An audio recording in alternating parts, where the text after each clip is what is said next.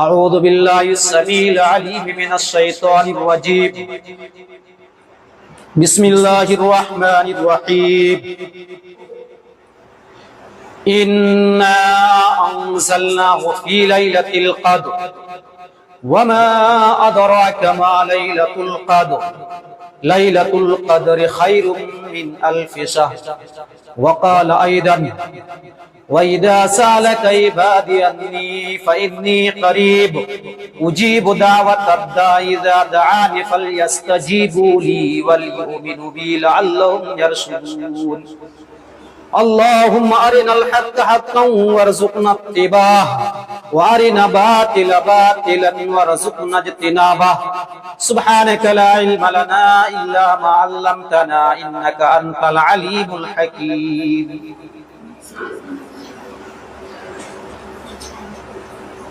معزز محترم سامعین و مصلیان کرام،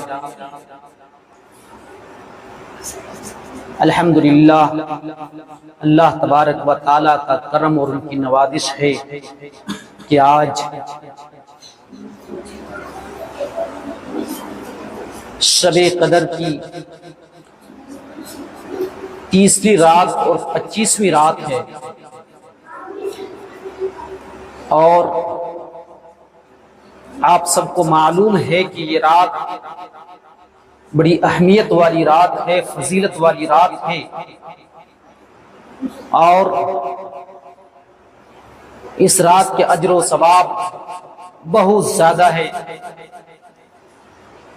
اللہ تبارک و تعالی نے قرآن حکیم کے اندر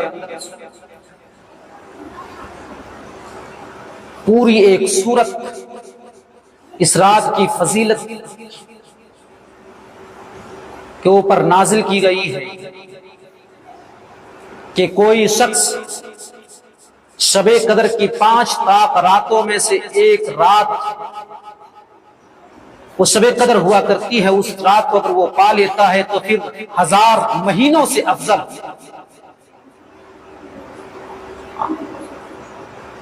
اللہ تبارک و تعالی نے امت محمدیہ کی عمر 60 سالہ، 70 سالہ، 80 سالہ، یا کسی کی عمر اللہ تبارک و تعالی نے 100 سال، 110 سال، لیکن آج کی تاریخ میں کوئی انسان 60، 70، 80، 90 سال سے زندہ نہیں رہ پاتا ہے۔ ذرا غور کریں، اللہ کے نبی جناب محمد الرسول اللہ صلی اللہ علیہ وسلم سے قبل بہت ساری امتیں اس روئے زمین کے اوپر تشریف لائی۔ حضرت نوح علیہ السلام کی امت، حضرت ابراہیم، اللہ ذرا غور کرے، کسی کی عمر 1000 سال، کسی کی عمر 1500 سال، کسی کی عمر 2000 سال، اور امت محمدیہ کی عمر 60 سالہ، 70 سالہ، 80 سالہ زندگی۔ سوال یہ پیدا ہوتا ہے، اللہ رب العالمین امت محمدیہ کی عمر تو آپ نے 60 سالہ، 70 سالہ، 80 سالہ زندگی دی، ہم لوگ جو عبادت کریں گے بہت معمولی عبادت، بہت کم عبادت،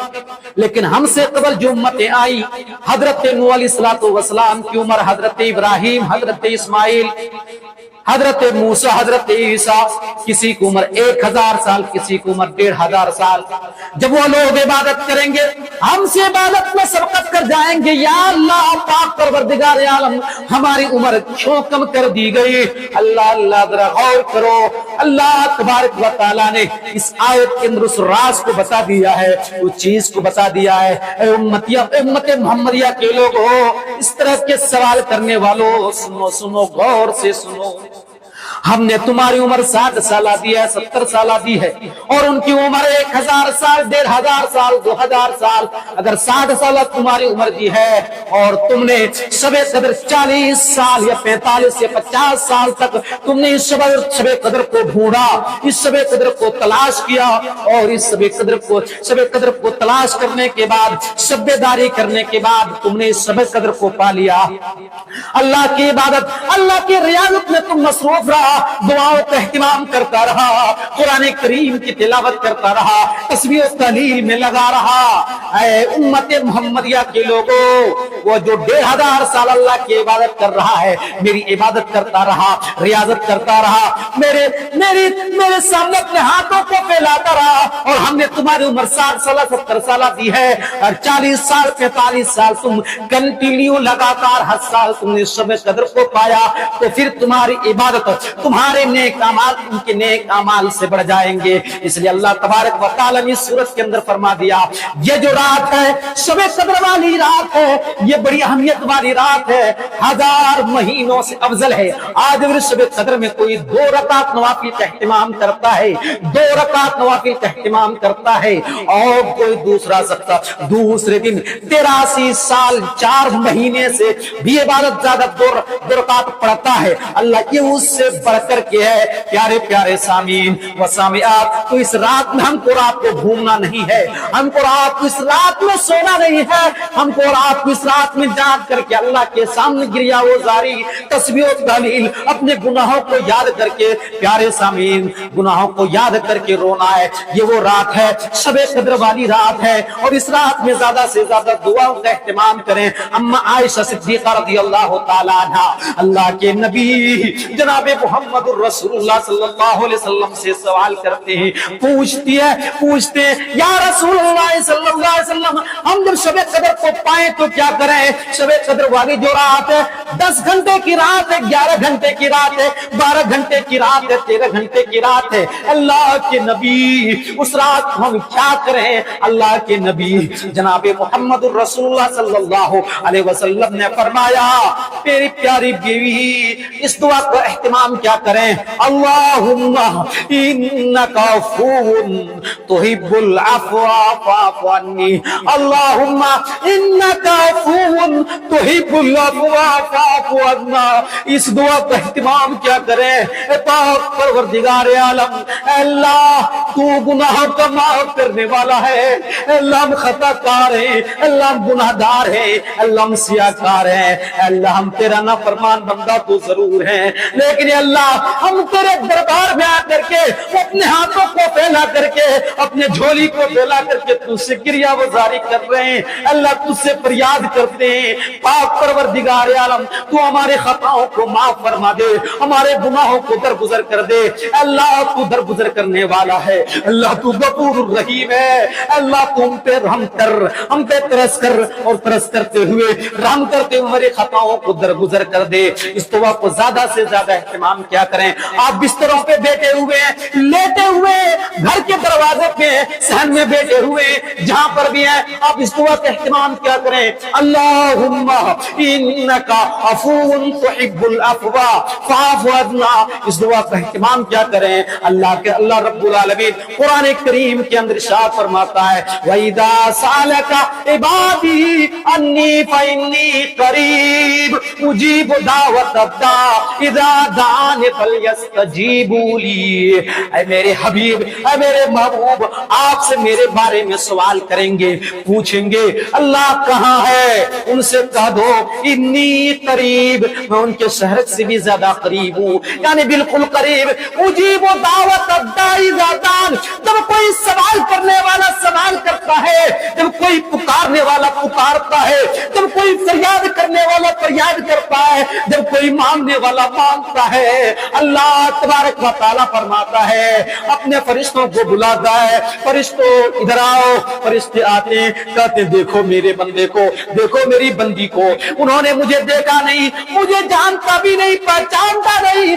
جنت کو دیکھا نہیں, جہنم کو دیکھا نہیں, اس کے باوجود اپنے دامن کو پھیلائے ہوئے مجھ سے گریہ وزاری کر رہا ہے, اپنے سر کو سجدے میں رکھ کر کے. اللہ اللہ ذرا غور کریں, اب سر کو سجدے میں رکھ کر کے مجھ سے فریاد کر رہا ہے, اپنے گناہوں کو یاد کر کے آنکھوں سے آنسو بہا رہا ہے. اے میرے فرشتوں, دیکھو دیکھو میرے بندے, میری بندیاں, رات میں سونے کے وقت ہے, لیکن جاگ کر کے مجھ کو یاد کر رہا ہے، اے فرشتوں گواہ رہنا، اس کے جھولے بعد میں نیچے گریں گے، اس کے ہاتھ بعد میں نیچے گریں گے، ان کے پیسہ بعد میں سجدے سے اٹھیں گے، میں ان کی دعاؤں کو قبول کرتا ہوں، تو گواہ رہنا۔ اللہ تبارک و تعالی فرماتا ہے وَإِذَا سَأَلَكَ عِبَادِي عَنِّي فَإِنِّي قَرِيبٌ أُجِيبُ دَعْوَةَ الدَّاعِ إِذَا دَعَانِ۔ شرط یہ ہے اس دعا کے ساتھ ایمان کو ملا دو، اس دعا کے ساتھ ایمان کو ملا کر کے آپ دعا کیا کریں، اور دعا کا جو طریقہ ہے، دعا کا جو طریقہ ہے، اس دعا کو آپ جب دعا کریں تو سب سے پہلے سورہ فاتحہ اللہ رب العالمین کی تعریف کریں، الحمدللہ رب العالمین الرحمن الرحیم مالک یوم الدین ایاک نعبد و ایاک نستعین اہدنا الصراط المستقیم صراط الذین انعمت علیہم غیر المغضوب علیہم ولا الضالین۔ اس کے بعد نبی اکرم صلی اللہ علیہ وسلم کے اوپر درود بھیجیں، اللہم صلی علی محمد وعلی آل محمد کما صلیت علی ابراہیم۔ درود پڑھنے کے بعد اب اس کے بعد اب جو دعا مانگنا چاہیں مانگ سکتے ہیں، جس زبان میں مانگنا چاہیں مانگ سکتے ہیں۔ اللہ رب العالمین ساری زبانوں کو جانتا ہے، اللہ رب العالمین کے سامنے گریہ وزاری کریں، تسبیح و تحلیل میں لگے رہیں، اپنے گناہوں کو یاد کرتے رہیں۔ اس طرح سے اللہ تبارک و تعالیٰ نے جناب محمد الرسول اللہ صلی اللہ علیہ وسلم کی دعا کو قبول کرتے ہیں۔ یہی رمضان مبارک کا مہینہ ہے، رمضان مبارک کی 18ویں تاریخ ہے، جنگ بدر کا واقعہ ہے۔ اللہ کے نبی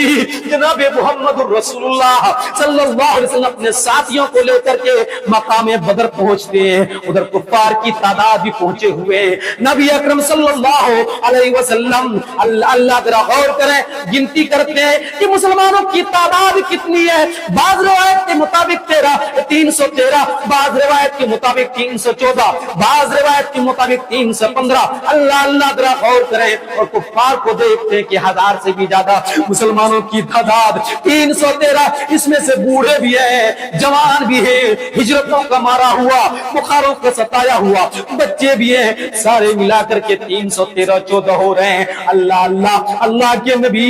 جناب محمد الرسول اللہ صلی اللہ علیہ وسلم اپنے سر کو سجدے میں رکھ دیتے ہیں اور دعا کرنے لگتے ہیں، اے العالمین اللہم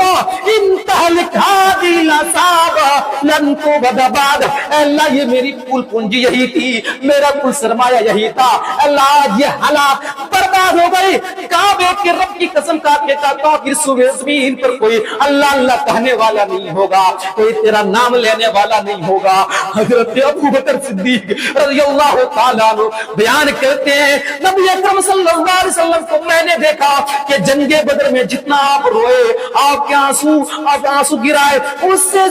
سے زیادہ کبھی آپ روتے ہوئے نہیں دیکھا۔ حضرت ابو بکر صدیق رضی اللہ تعالیٰ عنہ نبی اکرم صلی اللہ علیہ وسلم پہ کندھے پہ ہاتھ رکھتے ہیں، اللہ کے نبی سر اٹھا لیجئے، آپ سر اٹھا لیجئے، اللہ تبارک و تعالیٰ آپ کی دعا کو رد نہیں کرے گا۔ اللہ ذرا غور کیجئے، اللہ تبارک و تعالیٰ نے جناب محمد الرسول اللہ صلی اللہ علیہ وسلم کی دعا کو قبول کرتے۔ ادھر مسلمانوں کی تعداد 313 ہے، کفار کی تعداد 1000 سے زیادہ ہے۔ اللہ تبارک و تعالیٰ نے نصرت و مدد کے لیے فرشتوں کو بھیجتے ہیں اور وہ جنگ مسلمان جیت جاتے ہیں۔ دعاؤں کی یاترات ہے، اس لیے جو وقت بچا ہوا ہے، جو ٹائم ہے، جو شب قدر میں ہم اور آپ جاگ رہے ہیں، اس رات میں زیادہ سے زیادہ ہم دعا کا اہتمام کیا کریں، اللہم انکا عفو تحب العفو فاعف عنی، اور گریہ وزاری کریں، اپنے گناہوں کو یاد کر کے روئیں، توبہ استغفار کیا کریں۔ یہ رات یہی رات ہے، یہ کھانے اور پینے والی رات نہیں ہے، رات کوئی کھانے اور پینے کی رات نہیں ہے، گھومنے کی رات نہیں ہے، اور فاسٹنگ کی یہ رات نہیں ہے، بلکہ یہ رات تو اللہ کی عبادت کرنے والی رات ہے۔ یہ